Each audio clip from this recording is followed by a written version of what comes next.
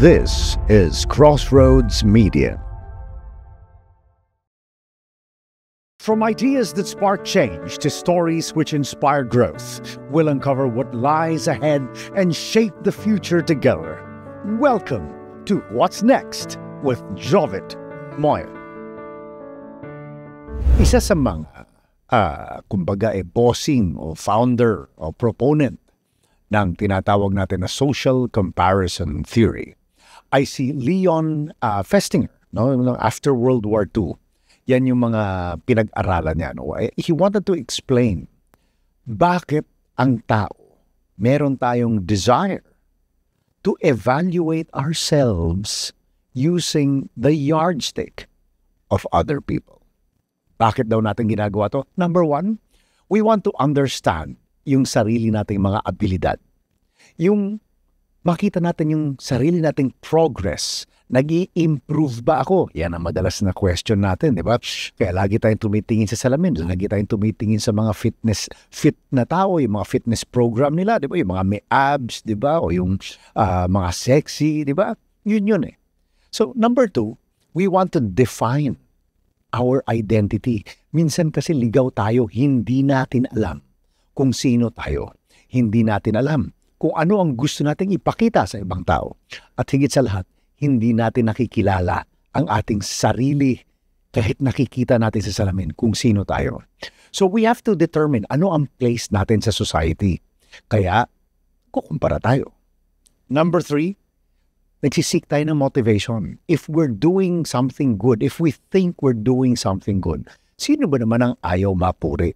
Sino ba naman ang ayaw magkaroon ng likes? O di ba? Sino ba naman ang ayaw ma-validate na ang ginagawa natin ay tama? Pero mga kaibigan, tama ba ang validation na yon?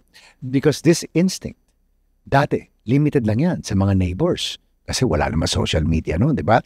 Yung mga classmates natin, yung immediate social circle natin. Kinukumpara natin, uy, ang ganda-ganda ng classmate ko, uy, ang galing ng mga grades niya, uy, si ganito naging successful. Pagka-graduate, naging business owner. Pero maliit lang na bilang nun ang ating nakukumpara.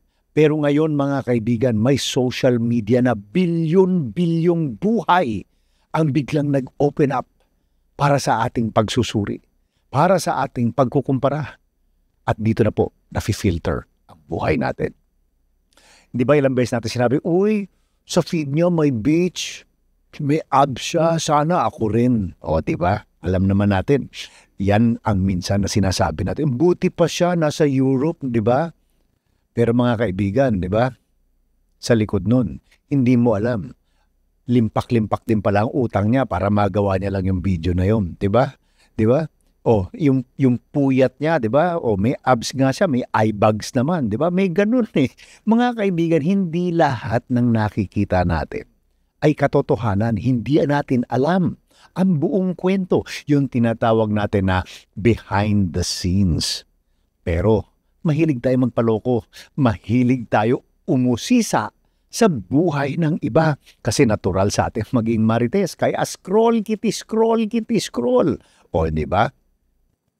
Anyways, mabalik tayo sa why do we really compare? Di ba? Kasi social media, my dear friends, nowadays, doon na tayo sa nowadays, di ba? Kasi dati, katulad nga ng pinag-usapan natin, maliit lang ang mundo natin, ilan lang ang mga nako-compare natin ng mga tao. Pero ngayon, may access na tayo sa bilyong-bilyong buhay online. May TikTok, may Facebook, may Instagram, may Twitter, may kung ano-ano pa. So, the likelihood of you encountering others who have done a lot more than you have, or nagawa man nila yung mga bagay na sana gusto mong gawin, pero hindi mo nagawa. Di ba? So, ngayon, na-amplify ito sa'yo at naiinggit ka. Yun ang problema.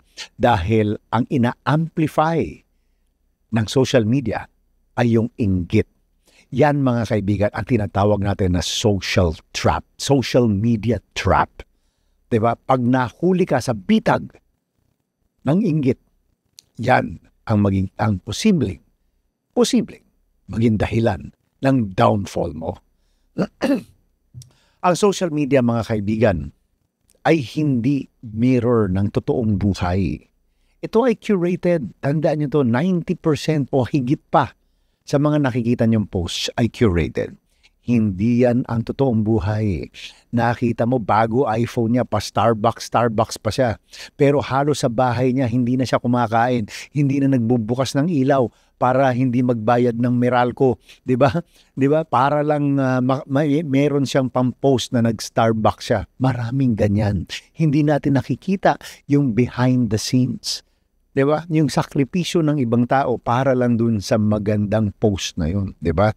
Nag-ipon ng 6 na buwan para makarating ng Boracay, pa-picture-picture, pa-video-video sa Boracay. Pero halos hindi siya kumain ng 6 na buwan para lang makapag-ipon. Di ba kawawa naman? Tapos ikukumpara natin ang sarili natin sa ganung buhay. Di ba? Kaya sabi ko, trap yan mga kaibigan eh. Because we now live in a filtered world. Ang social media, ano yun eh, factory. Factory ng filter, di ba? Dati, kung gusto mo mag-artista, punta ka sa entablado, di ba? Maging artista ka, doon ka mag-perform sa entablado. Sabi nga nila noon, a world is a stage and a stage is a world. Ngayon mga kaibigan, social media is the stage and social media is the world. Anybody who wants to be an actor, anybody who wants to tell a story, anybody who wants to portray anything now has the tools and the capacity to do so. Yan ang impluensya ng social media.